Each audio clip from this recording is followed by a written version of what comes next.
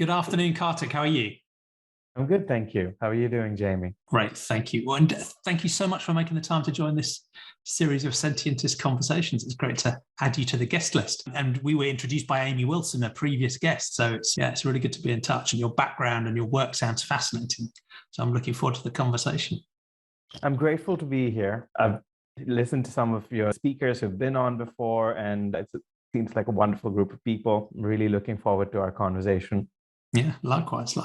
So as you know already, as a listener and a watcher, it's a series of conversations about what I think of as the two deepest and most important philosophical questions: what's real and what and who matters. And I answer those questions in the context of this really simple worldview called sentientism, which in a sentence says we should commit to using evidence and reason and have compassion for all sentient beings. So it's a combination of a sort of naturalistic way of trying to always imperfectly understand the world, as opposed to maybe a supernatural way of understanding the world.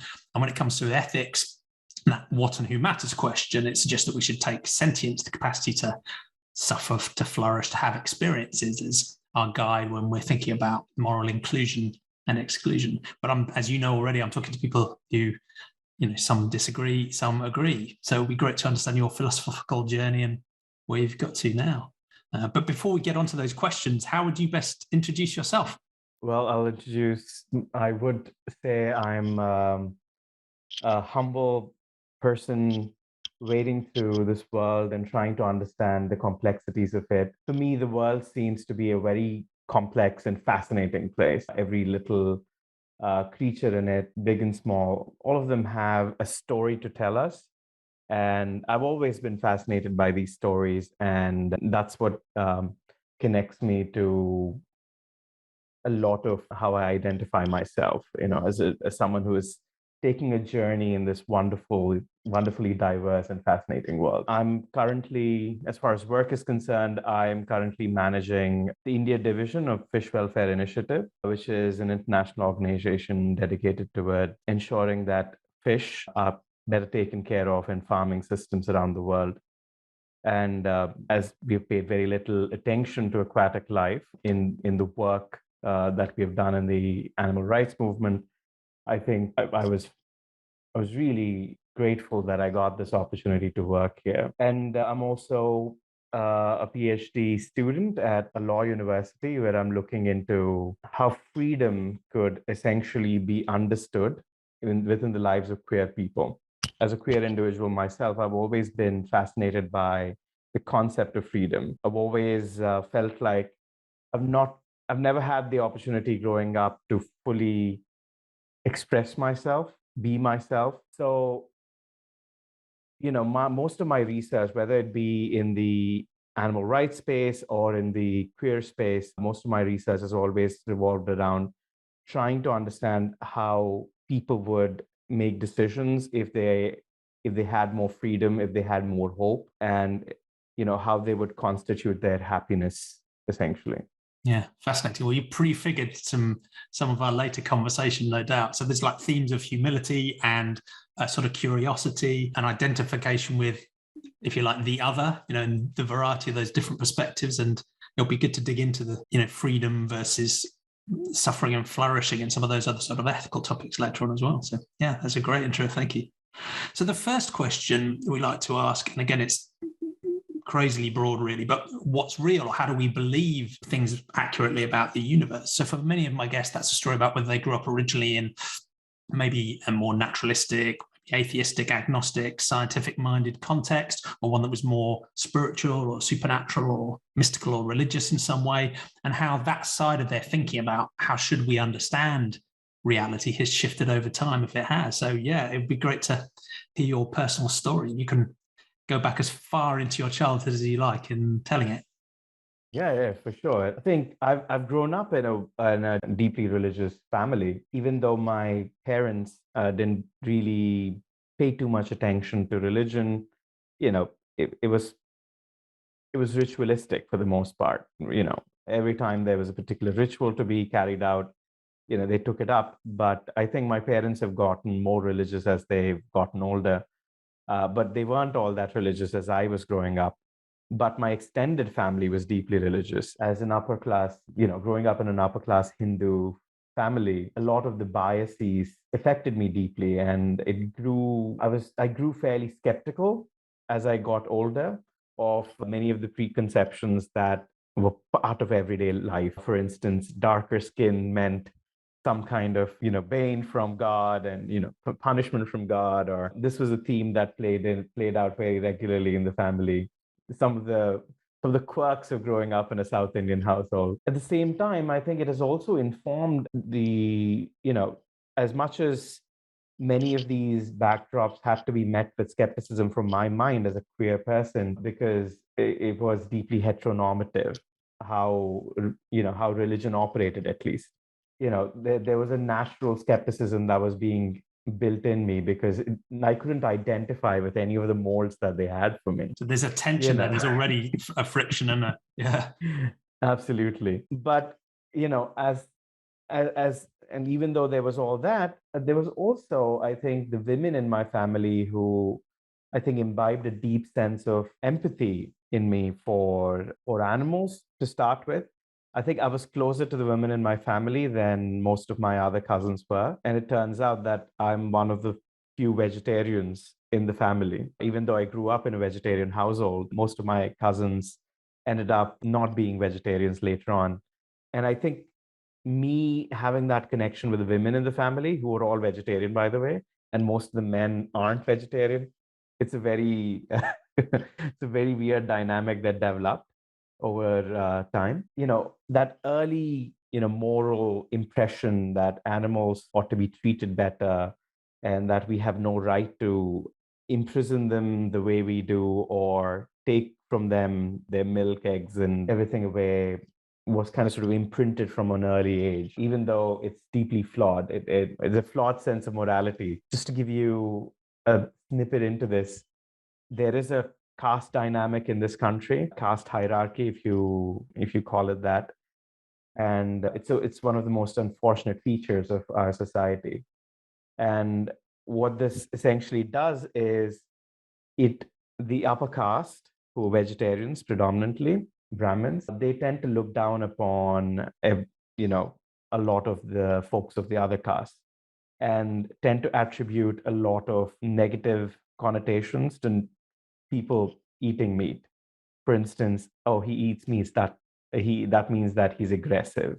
He would abuse his wife, or so many of those features kind of sort of get built into this framework. And I had to unlearn a lot of this as I grow up, and bring in a sense of, okay, now how do I reconstruct this sense of morality that has been imbibed in me? How do I reconstruct it? And it really did help. When I went to college, it really helped me to have taken this program called Science, Technology, and Society, which was offered by Professor Vishwanathan at the time. And he gave me the tools to understand how to unlearn most of these cultural baggages, and then relearn a different way of appreciating how to, think about animal well-being and animal rights, really. Yeah.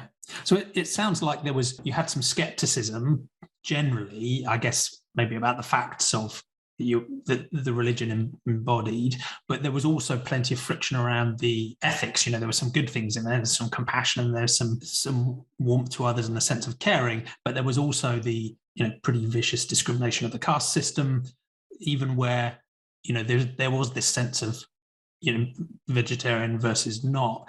It feels more driven by a purity ethic than it does by a genuine compassion for the non-human animals involved, which is something, again, a couple of my previous guests have explored, because I probably had a slightly more naive view of that coming into these conversations. And that's been a common theme running through many of these conversations, in that, as I'll ask you in a minute whether you feel like you've moved away from a religious worldview or not. But that when people have, and I did, it seems to be partly there's a skepticism about the facts, the supernatural stuff that just doesn't seem to be well supported by evidence. I don't believe these things anymore. It's more of a technical skepticism about, are these things I'm being taught true about gods and deities and whatever it is, and hell and heaven, and the package of things that come in as part of religion. So that's the facts and the evidence bit.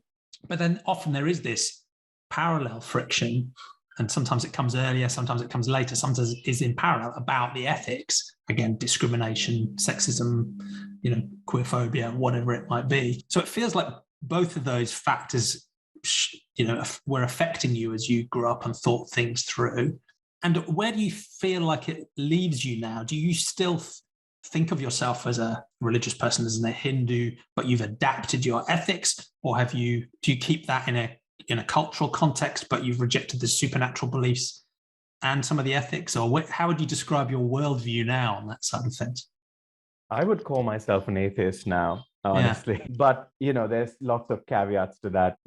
There's lots of people who find meaning within religion and find the power to do the right thing and can contend with a lot of the compromising ideologies that many religions bring with them. And I have a lot of respect for those folks who kind of sort of deal with it effectively and come out of it with a lot of compassion and care. Now, having said that, I would consider myself an atheist. I think the journey has been a very difficult one. I've come to atheism because, as I said, as a queer person, I had a deep skepticism towards everything that was being prescribed through religion. Even though in later years, I'd learned that Hinduism at least in the past, had plenty of opportunities to explore queer life. Yeah, absolutely. But it no longer does. The contemporary version, at best turns a blind eye towards the queer experience, or at worst demonizes it. Yeah, and it's deeply frustrating because, I sometimes subscribe to this fairly naive view that, haltingly at least, most of the world's religions are being sort of dragged kicking and screaming, but inexorably towards a more modern, secular, humanistic, even sentientistic ethic that just, cares about others and tries to do the right thing. And I hope that's still roughly sort of true. I mean, you look at where some forms of Christianity are compared to where they used to be. You look at some forms of Islam are compared to where they used to be. And you look at some forms of Hinduism are compared to where they used to be. But there are often movements within those religious groups that absolutely go the other way, and quite determinedly so. So they will, some will push back towards, in my view, the most awful aspects of their past and re-emphasize those. And some will also look at their past and reject the good things from the past. Like you said, that sort of gender fluidity and that open-mindedness about those aspects of our identity were, as I understand it, a very rich part of Hindu tradition. And for whatever reason, some of the modern proponents, prefer a view that they call more traditional, which actually isn't lined up with the tradition at all. No, it's a strange dynamic. It is. I think, I'd say most bigotry is fairly modern, just as much as, in at least in the Indian context, most of the bigotries that we've kind of sort of subsumed into Hinduism are fairly modern. They're a fairly modern tinge to the religion. Some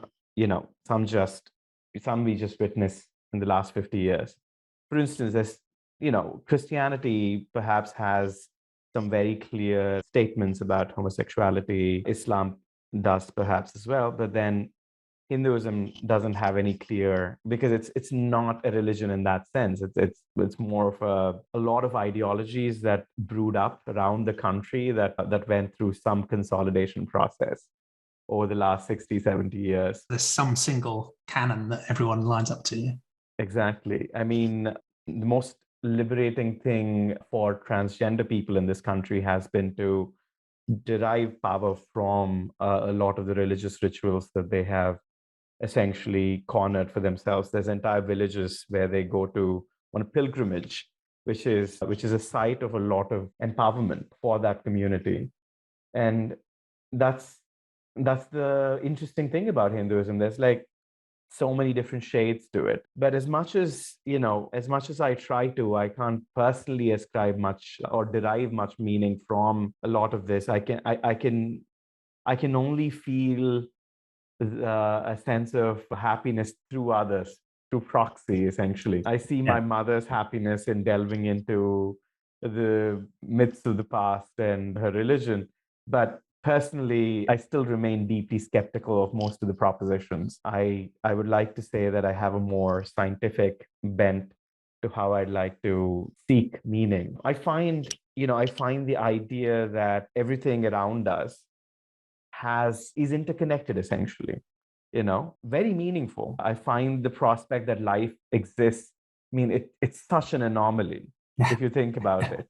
Yeah. I find that meaningful. I mean, these are the things that I can find meaning in. And I find meaning in human actions. I think there's a lot of reason for us to remain optimistic. As you were putting it, a lot of religions are being pushed to take up a more humanistic angle. And that gives me hope. The world is filled with actions like that. I think the fact that we can go outside and hope to conduct our life, and things are getting better. In my own lifetime, I went from going to school being afraid all the time because of getting bullied. And I went from being that kid to witnessing students when I was a professor, witnessing students who were capable of holding their own, standing up to their bullies, and witnessing another generation which is like thriving right now, from a country where I could not imagine any sense of liberation, to a country where homosexuality was decriminalized recently by the Supreme Court.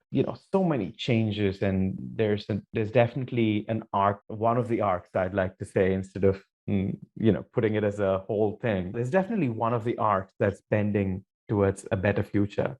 Yeah, hopeful. But you talked about it being a difficult thing for you to adapt to. Was that something that was difficult just psychologically as you worked it through, or was it socially difficult? That can be a really challenging transition. So some people like me have quite an easy path through because religion wasn't a very serious part of our life. It was quite gentle. It was a version of Christianity that was quite soft. There were no real penalties for me moving away from that way of thinking. Whereas I've spoken to other guests who had an extremely difficult journey, not just psychologically, but in terms of social and even physical risk. What did that transition feel like for you to a more naturalistic way of thinking?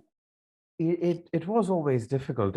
You're automatically challenged in the society that I belong to. You're automatically challenged if you have an atheistic worldview. And not to mention, I mean, like I'm fairly certain a lot of my relatives and extended family think that I'm homosexual probably because I abandoned God or something like that. There's a correlation. I'm fairly certain that's possibly one of the iterations that flows through. As a compassionate person, I've always found that a lot of the pain in the lives of people around me has some religious roots to it. Now there's obviously other ways of thinking about this as well. It's for me, this is something that has strongly influenced me as I grew up. The first person I was with came from an Orthodox Muslim family, and it has his family has often pushed him towards the brink of contemplating suicide because of their religious beliefs. And this is something that keeps playing up in the lives of people I've come to respect and come to love. Not just that, as I took on work in animal rights, as I was telling you, there's a certain caste angle to how animal cruelty works in this country. For instance, a lot of the people who take up violence against animals belong to the lower caste, whether it's as a part of animal sacrifices, or pigs are considered unholy, right? Now, the job of slaughtering the pigs in the villages falls to the lower caste folks. Similarly, catching rats, a very dangerous practice, actually. Some of the folks from the Dalit households have to go into the fields and blow smoke down the holes in which rats live. Causes them to die quite often, this practice. But these are the kind of, caste is predominantly something that, that creates a work hierarchy, right? This is connected to work, right? The kind of work one takes up. A lot of work that is connected to animal cruelty is considered something that only the lower caste have to take up. There's certainly that angle. And the amount of suffering that it causes, I mean, can you imagine, families trying to bring up a new generation who has, where everyone would look down, this violence perpetuates, kids continue to look down upon other kids in their school, even though this is a secular setup and they all go to school together. They look down upon these kids because after school, these kids have to go back and slaughter pigs or kill rats or, pick up feces, these kind of things. There's been an enormous scope for cruelty in the name of, carrying on this legacy, essentially. Yeah. And it strikes me that it's a poorly understood and I think very neglected form of discrimination. And as you say, it can be particularly harsh because the hierarchy is that strict. It's not just discriminating against other people because you think they're worth less or different. It actually forces you into a life path, a type of work, a hierarchy. It's a way of a society operating as well. It's, rich and powerful and extremely hard to escape from. And I have a hypothesis that part of the reason it's neglected, both in India and in the Indian diaspora around the world, is because it is explicitly a religious structure. And because there is this sort of deference to religious ways of thinking, the default starting point is because it's a religious way of thinking, we have to defer to it and provide some respect to it, whether or not we're part of that religion. It somehow renders those forms of discrimination, and there are many of, most religions have these types of some form of ethical system that discriminates and hurts people, but it also it seems to put a force field around them which says, well, but this is religious, so you can't challenge it.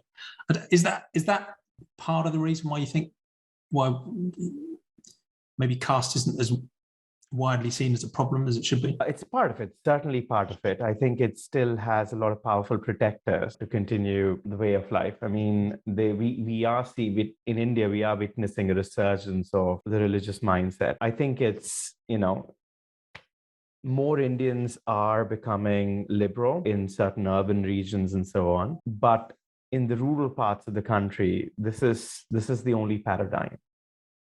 And it is difficult to escape here. And that's the difficulty. There is a temple in Nepal where mass slaughter takes place every year. It's called Gadimai. And a lot of animals are taken here. They're supposed to sacrifice 5 animals. And the people who conduct the slaughter belong to the lower caste. And obviously, this entire thing is fictionalized in everyone's minds to a degree where it becomes acceptable. For the liberals in the crowd, it becomes the only way these poor folks can get meat for better nutrition and a way of livelihood, building a livelihood. For the temple, this is like the only period when it can thrive economically, because, it is in a poor part of the world, and all this provides for a lot of attention to come in, and a lot of money flows in. And there's like multiple justifications that are layered upon it. It's not just those religious protectors and that impervious layer that religion automatically forms around itself, but it's also all these sentiments that, that are formed on top of that. Even liberal folks have their way of justifying it somehow. And yeah, it's like a cultural inertia, isn't it? We do it this way, therefore it must be good. So let's, even without thinking, come up with rationales that can perpetuate. Yeah, it's interesting. And that's the difficulty of the landscape to do animal rights work in the country, because there's a lot of that justification that goes around. And the way I structure these conversations is clearly artificial, and you've demonstrated that beautifully, because it's so hard to describe what's real and how do we understand the universe while separating that from the question of ethics and morality. And some people think that we should try and do that they're distinct things. I think I have a much more intuitive sense that morality ultimately needs to be grounded in reality. So I think, the two link up quite naturally. But it'd be good to shift on to this question about what matters. And, in the absence of a supernatural or religious worldview, what is our ethics based on? Because I like one of the things you said, that when you look at many of the harms and much of the suffering that goes on at the moment. You mentioned one part of it, which is, sometimes those things might have a religious worldview as their root problem. And more broadly, it might be because people just understand the world wrongly. They're just wrong about reality, and that can lead to harm and suffering. But there's obviously another problem that can be at the root of those issues, which is just a failure of compassion, just a decision not to care, whether it's discrimination or whether it's a moral exclusion as well. And that, in a way, that's part of my motivation behind the sentientism idea, is I think that almost every problem, certainly every human caused problem, either comes down to a failure of compassion or it comes down to an incorrect understanding of reality. So we need naturalism and sentiocentrism, and then we can solve all the world's problems. But lecture aside, as we come back to that question of what matters morally, how would you describe what your ethics is based on? What are good and bad, right and wrong for you? And as you moved away from maybe a more religious worldview to one that was more naturalistic, how did you rebuild that ethic? I think for me, my education really helped. I've had the privilege of going to a university where as I've said earlier, met some incredible folks from around the world through the program I was talking about earlier called Science, Technology, and Society. I think it was a true awakening for me. The philosophy that kind of sort of underpinned this program. Not only did I learn to see how to work through this context, it almost seems impossible to work through all the difficulties that religion and religious morality places in front of you. But there is a way through it. For instance, let's take the work that I'm doing right now, Fish Welfare Initiative. One of the gods has an incarnation as a fish and saves the entire world. And there are ways to use that. And there are ways to use that in a modern way. It needn't be, like using the same tropes that a priest would use, I think would fail us entirely. But one needs to talk about why religion was constructed. I think the way I talk about it is religion has been constructed as a way of understanding a complex world by our ancestors. And I think our ancestors might have had some flawed instances and, flawed perceptions, and some perceptions might be right on the money. But, if you do respect the legacy that you currently possess, that means that you have to, respect all these tenets of animal rights and animal welfare that are part of our heritage as well. This is where Buddhism, India is the country where Buddhism did take its roots, start, in fact, and it kind of sort of became a part of Hinduism as well. The reason why purity kind of got associated with vegetarianism is essentially because of Buddhist prescription back in the day. Yeah. It kind of melded together. Yeah, exactly. Yeah. And these are the things that one needs to recognize about the culture, that there's a way through the culture and way through the religion to actually knock down some of the problems that have been created. Not just that, I think we have to understand that both these things work within a paradigm, essentially. Where science is concerned, I think the dominant paradigm where animals are concerned is how to get them to grow better. That's literally the dominant paradigm in this country. I know that European countries have evolved beyond this to a large degree, and better conversations are being had in scientific institutions there. But here, it's still the dominant. I wouldn't say there isn't any discussion about animal welfare or rights, but the dominant paradigm certainly is about how to get them to grow better, right? So I think it's time to shift those paradigms, both within Indian science and within Indian culture as well. I think it's important to use the same context, but talk about a different paradigm. We could see things differently. We have the same background, have the same backdrop, but we could see things differently. The intention there has obviously been that of compassion, and that's what we need to center. And I think on the scientific end of things, we need to redefine ethics. Essentially, making money is not the most ethical thing to aspire for. I think, especially science where animals are concerned in India, I think has to evolve to a point where more ethical considerations are being, are brought to the forefront. And that's very important. So would you say that compassion is the most essential concept in your ethics? Is that what things are built around? Yeah, makes sense. And that certainly resonates with me, because there's a lot of ethics which is about judging, human actions and human intent and so on, which understandably is an important thing to do because we're very powerful. So we should try and have good intents and take good actions. But it seems to me that at its root, ethics does have to be about a concern for others, and in a sense, the consequences for them. Even if you're not a consequentialist, the reasons you care about being virtuous ultimately have to somehow link to a concern for others and trying to make things better for them. So that idea of compassion is important. And I think you picked that out well, is that idea of compassion is an ancient and very rich idea that you can find in most of the global religions and most of the global non-religious worldviews and ways of thinking as well. And arguably, when you go back into Hindu mythology or concepts of ahimsa or Buddhism or Jainism or other different schools of thought, it really was that simple compassion. There clearly is often a sense of a sort of more mystical connection with everything, but that doesn't draw a distinction between a being that can suffer and a being that can't suffer. A mystical connection with everything might give you a sense of oneness with the universe, but it doesn't call out the meaningfulness of the suffering of another. Whereas compassion, to me, does seem to do that. It does seem to say, there's a difference between this coffee mug and the puppy at my feet, because one can suffer and one can't, which is, again, where we come back to sentience. But how did you go through that journey of thinking about moral scope and how far your compassion should go? Because I'd argue almost everybody feels some compassion. The problem is, who gets included in that compassion? Because you explained that, there was, many of the women in your family were vegetarian and there were ethics and ways of thinking about non-humans. But how did you go through that process personally of, adapting your moral scope of consideration? Where is it now?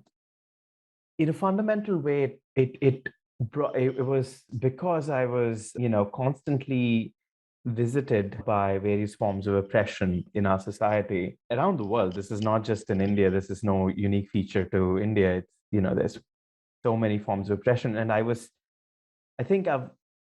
because I could, I experienced many of these things myself, it gave me the kind of empathy that I don't think, sometimes I'm very grateful for having having gone through something, because it gives me a window into somebody else's life that most people don't tend to have. And I think that's what, there was a lot of repetition of that as I experienced the world. When, whether it's a colleague of mine back in the day who had a deep sense of, when he was just rescuing a chicken at a chicken farm, basically. He had a sense of, this was before I became vegan, right? He sensed that he was doing the right thing, was very, firm. And that impacted me. That allowed me to think very deeply. And I've always been a keen observer of other people in general and how they experience life. And I would say my sense of morality kind of just developed because I was surrounded by, or rather, I was lucky enough to surround myself by wonderful people whose traits begun to emulate and kind of construct my worldview through. That's a really interesting combination. So you saw the sort of the moral certainty, and you had some great exemplars to help you learn and think. But on the more negative side, one of my previous guests, Christopher Sebastian, described it as being, when you've been on the wrong end of oppression, it gives you a particular understanding of, what that's like, right? So so you sort of had the positive pull and then the negative challenge in driving that compassion. I think both of them are integral to how my worldview asserted itself in my life. I've always had this deep sense of, everyone's life needs to be, because I felt like my life was neglected, or rather parts of my life which I did not want to be neglected, were neglected. I did not want to neglect anybody else's life. So even though there would be a lot of people who would belittle someone who was vegan in India, it's a very novel concept, and anything new is fairly easy to belittle. It was very hard for me to take that position. It was never easy for me to grab that easy joke or laugh when someone else was making that comment, right? For me, it was like, okay, why is this person making that choice? What is that deep sense of conviction? And that just pulled me in, that drew me in. And it's been incredible. I think it's been, I've worked in the queer rights movement. I've worked in the education space. I've had a career which kind of sort of can be charted across various portfolios. But it felt like I came home when I started working for animal welfare and rights, because it was filled with people who were compassionate in a way that I recognized was the best feature of humanity. I was surrounded by people who felt like home to me. And in that recognition, I think a lot of my morality kind of sort of flourished. It does sometimes feel like the species boundary is the last one you need to break, right? And it feels, and I sense that sort of sense of connection and warmth as well, because it does feel like if once people have gone to that level of recognizing that species shouldn't constrain our compassion either, all sentient beings matter, there is a sort of almost sense of arrival, if you like. Right? Look, we're done now. This is the answer. All suffering matters. So I share that sense. At the same time, of course, not everyone has actually got there, right? So there are people who've gone beyond the species boundary and, maybe, for example, have gone vegan and have a deep compassion for non-human animals, but they still exclude many humans from their moral consideration, or they have problems within the sphere of human ethics as well. So it's a weird mix, because I think, in a sense, there is this sense of, arrival and completeness, but at the same time, that shouldn't hide the very many ethical problems that people who've broken that boundary still struggle with. Absolutely. And I think it's an important thing to call out whenever we see it. The difference I've always witnessed is that the people who have compassion for humans as well as animals, there are folks in the animal movement who can focus purely on animal ethics and then just think about anyone who's causing the harm as just that act, shrink them to that act and become warriors against them. Now, the problem with that approach is that, you're convincing nobody. There's a tidal wave that you need to face. And unless you're drawing some of that force towards, taking up some of that force and pushing it against that tidal wave, you're not winning this battle. I've seen a lot of people transform by just sheer people who are kind, who've had the capacity to sit with someone who is eating meat and say, I'm going to make my choices. I can respect you, but where my stance is. And why I do it. I will talk about my life, and I'm also going to let you talk about your life. And I've known these people to have a lot of impact. Just simply give an example from my life, my boyfriend was transformed when he met my colleagues. He comes back to me and says, you know what? I've never thought I'd be considering this, but I think I can actually do this. And he grew up in a family which eats meat for breakfast, dinner, and lunch. Yeah. Yeah, it's amazing. And he met a bunch of people who he started respecting for the choices they were making. He saw that they were kind because of the ethical principles that they imbibed and internalized, and that transformed him. And it's when I witness things like that, it's very clear to me how to move forward as a movement. Yeah. Well, we'll come back to that on the final big question about how to make the future better. But that's a great hint at your philosophy there as well. But before we move off this, what matters and who matters question, one of the other things I was interested to explore a little bit was freedom, which you mentioned early on as well. And for me, there is a balance here, because I personally think of freedom as important because of its impact on the experiences of sentient beings. So generally, we enjoy freedom because we get to choose what we want to do, and we don't like being constrained. So that causes us to suffer. So in a way, the reason I care about freedom is a second order thing, if you like, an instrumental thing. Other people think of freedom, an independent, parallel moral good. So there's suffering and flourishing over here, and there's freedom as an independent sort of other thing that's also important. And other people think freedom is the only thing that matters and everything else is subservient to that. So how do you think of, freedom and, sentient experience and morality in that context? How do they link for you if they do? I think freedom has to be paired with responsibility, the way I see it. So one of the first jobs I did was I was interning at a nonprofit that helped people living with HIV. And this was specifically, this organization was specifically catering to queer people. And what became clear to me as I was working here was that people who had freedom to choose a certain kind of work. And when I'm talking about freedom, it's such a complicated form of it as well. It was freedom constituted in secrecy. I'll talk about two groups here. One of them are the transgender sex workers that we were working with. And the other group was sex workers who flew below the radar, who had cisgender sex workers, right? Because they could fly under the radar when they conducted their business, they were accorded so much more. They could demand a higher price.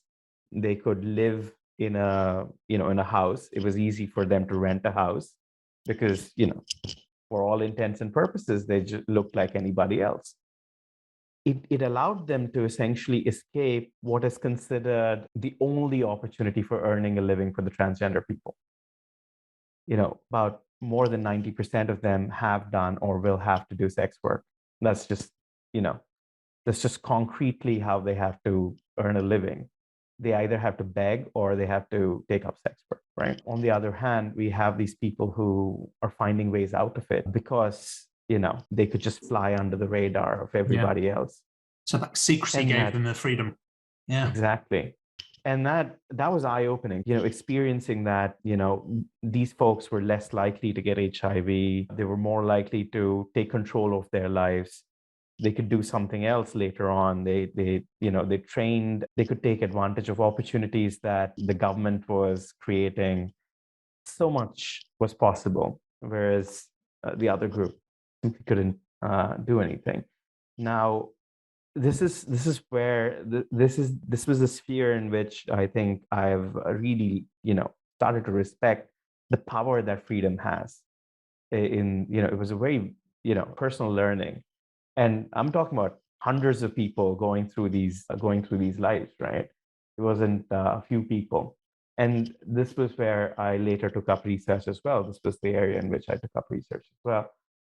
Having learned to value freedom, I think the reason why I say it needs to be paired with responsibility is because as I've shifted my career towards caring about food systems, I've worked on food systems for about 4 years now. As I shifted my work towards food systems, it was abundantly clear that freedom can be abused fairly easily. A lot of the farmers in the country use extremely toxic chemicals to kill pests. And this just doesn't have a negative impact on them. It also has a negative impact on a lot of people. I mean, more immediately, their own families. There were so many miscarriages and instances of cancer in parts of the country where these toxins were more readily used. And nobody was prepared to, at the onset of this problem, the governments were stymied to deal with the situation because farmers in this country have a lot of respect. You have to understand, a farmer is someone who everybody thinks of with respect, even though it doesn't tangibly materialize into things that it ought to. Unfortunately, the culture does respect them enormously. So it would be suicidal for any government to take actions against them, in any hard-handed way. They could ban these chemicals, but they couldn't enforce them strictly. Arresting farmers would have been a massive taboo. But then some some organizations, some nonprofits had to go in and teach different ways of doing things, had to empower the women to really take control of their lives. I think that was one of the more successful models, right? Women had to ask their families to take more responsibility when it comes to the usage of these chemicals, and that they were suffering from miscarriages, they were losing pregnancies, and losing their families to these things had a huge impact. And their empowerment essentially led to, this is the story from Kerala, this is the story from Punjab, their empowerment essentially led to the change that we needed to see. It's still a slow moving process. I think, I've always learned from my work, and I think this is the perfect combination of things.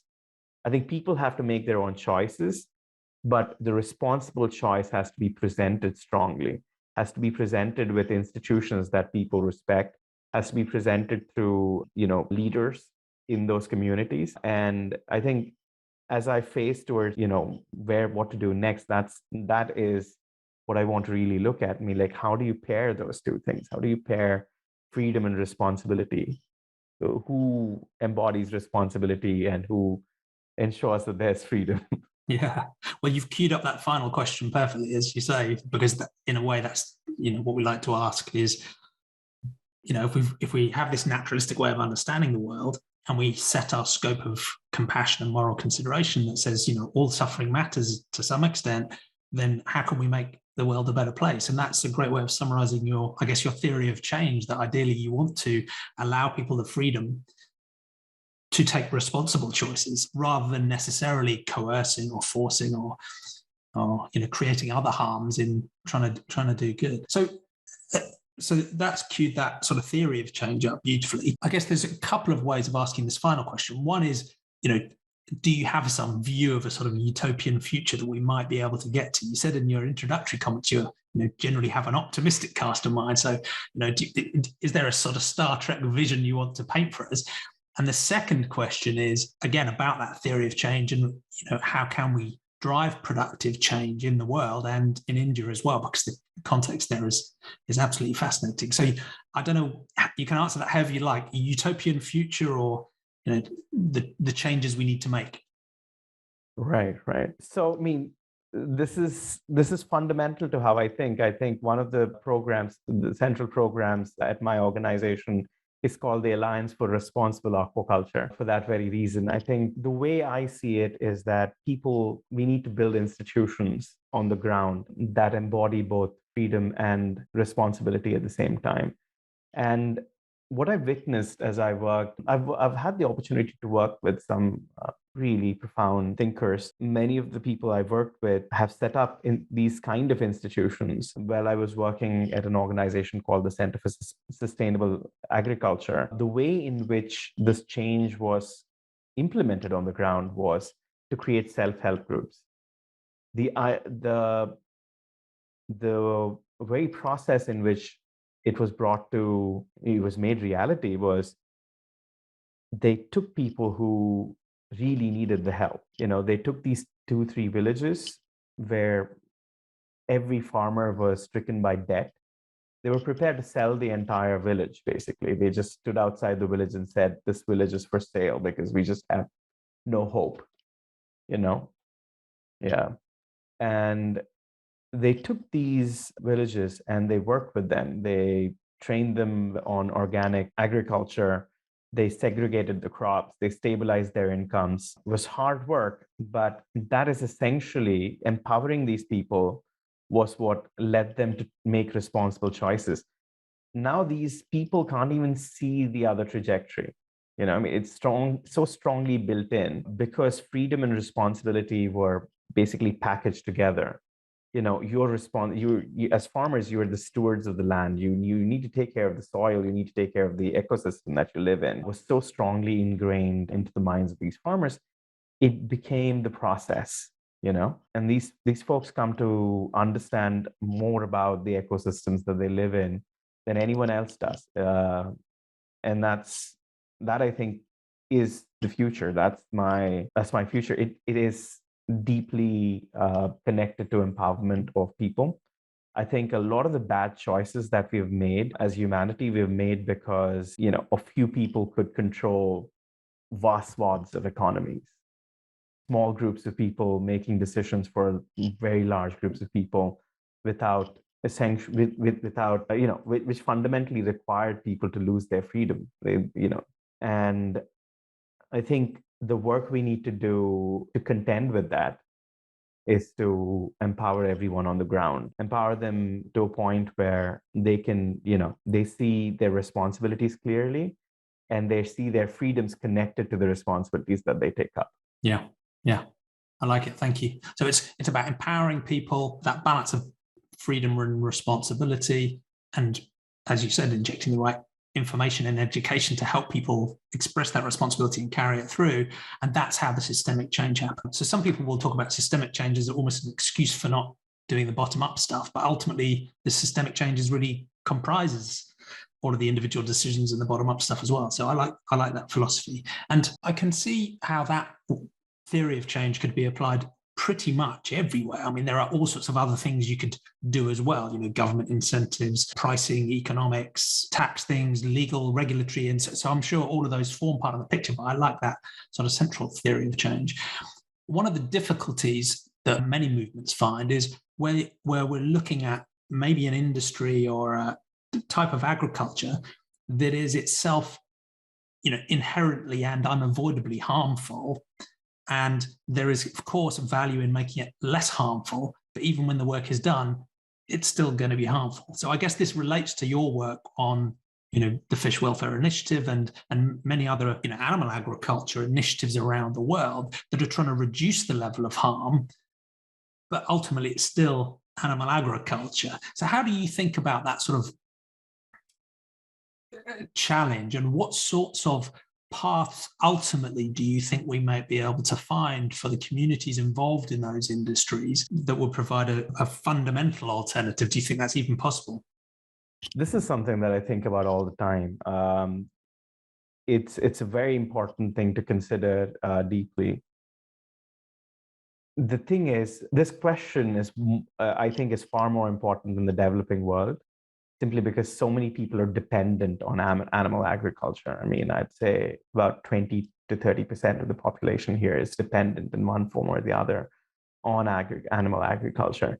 And that's not something we can easily dismiss. And the way to deal with that is to think about change coming from different quarters, right? I have to see my work in the animal welfare movement as meaningful in the immediate sense.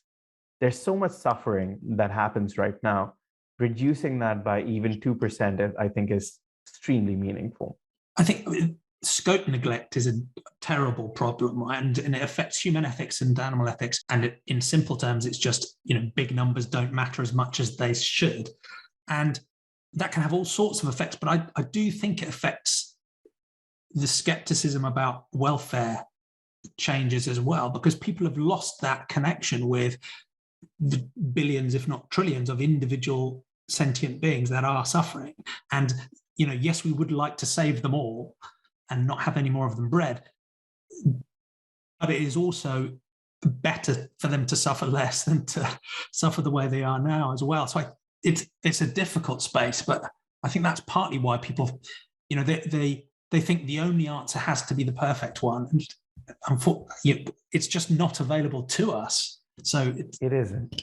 It is so difficult in, like politically or otherwise. I think it's just difficult in every part of the world. And I think we need, as I said, I think I see my responsibility as, as focusing. I mean, you can do your best work when you focus on one segment. I do believe in that.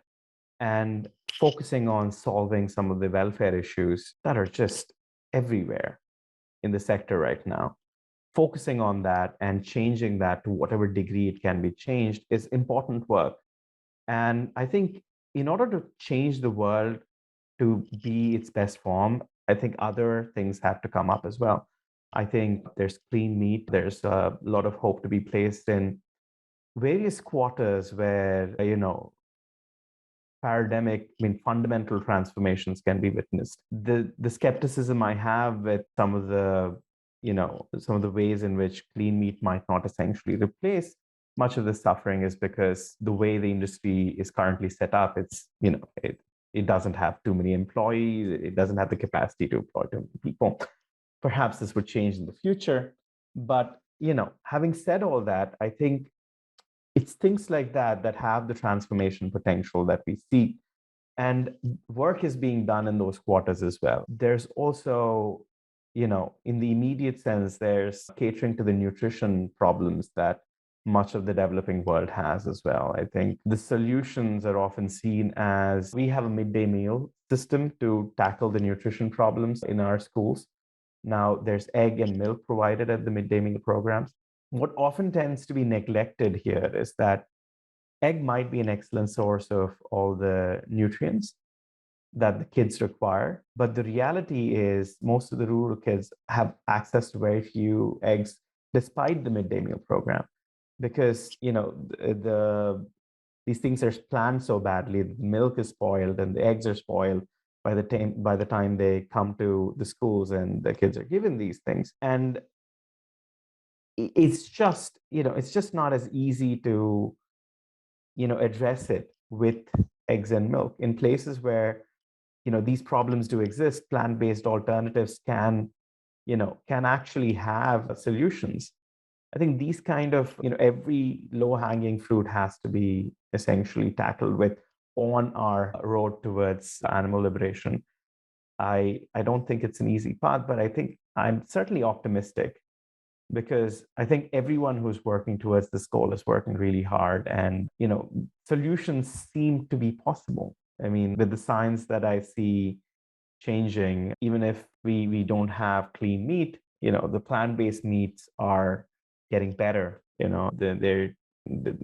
They're getting tastier. And when I was in the UK, for instance, when I tasted the plant-based alternatives, I was very surprised, because I was used to I wasn't used to something being that good in the plant-based You're used to it being space. good enough for an ethical vegan, but not really good enough to convince someone who isn't. Exactly. Yeah, and I was very surprised. And I see many of those companies popping up in India now. We have oat milk that's really good. In 1 year, we have we've gone from having soy milk that didn't taste all that great to having so many options that taste awesome, actually. As I said, I think we have to pick our corner. And fortunately for me, I have a corner where my skills do come in very handy to actually work with farmers and seek out the kind of transformations that are required to change the lives of animals for the better. And I will dedicate myself to that. Yeah, thank you.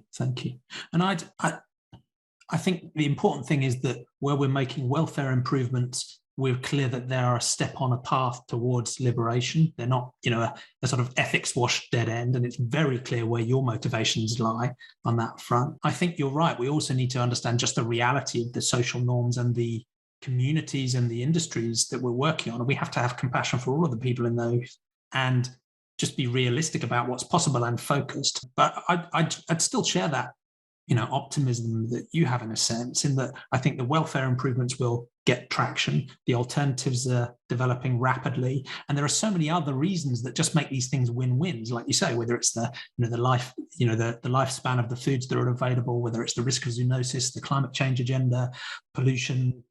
Just almost everywhere you look, the answer seems to lead back towards ultimately an ending of animal agriculture, and that path will have to take a different form in different countries, and it may be longer in some places, but I do think it's something that ultimately is achievable pretty much everywhere. And I think I guess the other challenge that we're facing, I spoke to a chap called Cameron King who helps run Animal Advocacy Africa.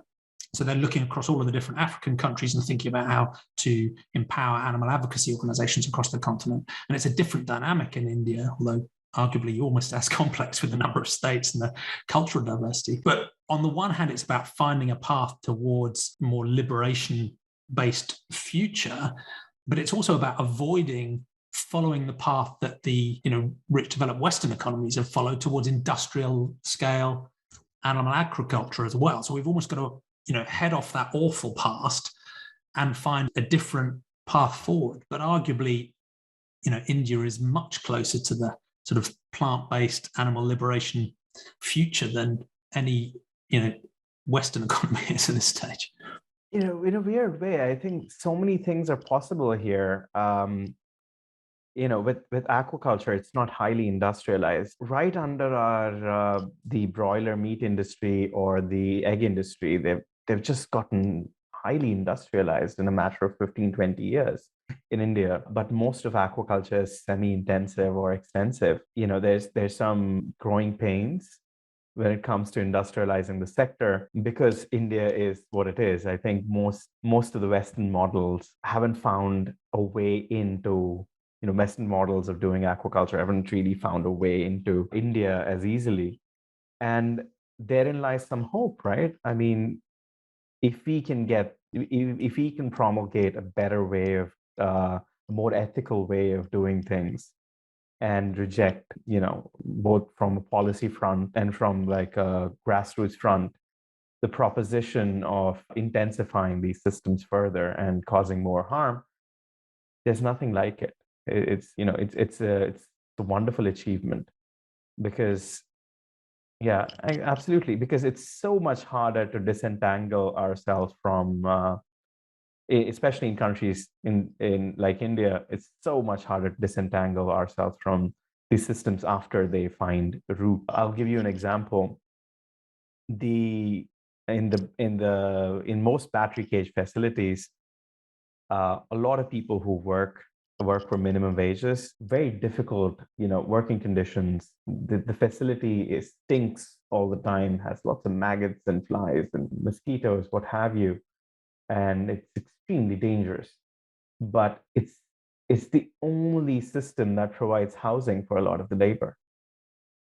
It's the only job that they could get. If construction, and there's a few jobs that they could get that come with housing along with these wages, and so many people have come to it because of it. They don't care about the problems, because they have a place to raise their kids, they have a house, and most of these people come to these jobs because of deep poverty. And once this manifests itself, it's just impossible to, you can imagine the difficulty to disentangle ourselves from these systems. It just becomes harder and harder. I think that's one of the important things to recognize about Africa and India, and other parts of Asia as well, is that many of those intensive systems have not been set up yet, and it's important to act before they even get set up. Yeah, head them off at the pass. Yeah, yeah. And I like the term, a just transition, because it reflects the need to look at these systems, recognize all of the sentient beings in them, including the humans, and find some way of transitioning to a less harmful solution that takes everybody's interest into account. And I do think it's possible. And one of the things I think is maybe a shift in some of these movements now is that I think we need to spend more time on those actual transition plans and the practicalities of how to do it, because to some degree, in many cases, we've sort of almost won the moral argument and maybe the climate change argument and maybe the zoonotics argument. In a way, it's less about winning the arguments now. I think it's partly about laying out those transition paths and showing that this is realistic and it can be done, and making it easier for society and different communities to take those paths. Absolutely. I think organizations working on the ground have to be really transparent about the problems that they're encountering, to the solutions that they're coming up with, and really have to work together. I think this is the stage that we're at. I think finding those solutions, finding the actual ways of getting this done, because it's filled with complications, especially where most of the world's animals are grown. We're in complicated political and social systems. And I think whatever clever ways people are coming up with to handle these things, they have to be put there in the open, and that knowledge needs to be exchanged, and solutions ought to be coming up. That's the only way to come up with good solutions, honestly. Yeah, agree. Well, it's been a fascinating conversation. Thank you so much. And yeah, I love your theory of change, and your personal journey's been, it's been a privilege to listen to it too. Is there anything else you'd like to add to the conversation before we wrap up, or you think you've told us the full story-ish? I think no, I don't have anything more to add. I think it's been wonderful talking to you. Like most of your speakers have said in the past, I think it's also been an opportunity to explore a lot of the thoughts myself. So thank you very much for everything. Yeah, it's a real pleasure. What's the best way of people following you and learning more about your work and supporting the initiative? Right. So our website, fwi.fish, is the best way to learn more about the work that I do. Right. I don't have not on a lot of social media platforms, unfortunately. I tend to have a low-key online presence. So there's unfortunately nothing there. But yeah, I mean, we're very transparent as an organization. We put up most of our work online, and everything from our mistakes to our accomplishments are there. And I think people can go there to look things up. That's great. Go and find out more about FWI's work. So, well, it's been a real pleasure. Thank you so much. And I'll let you get on with the rest of your evening. Thank you. Stay Have in a touch. wonderful day. Thank you, Jamie. Thank you.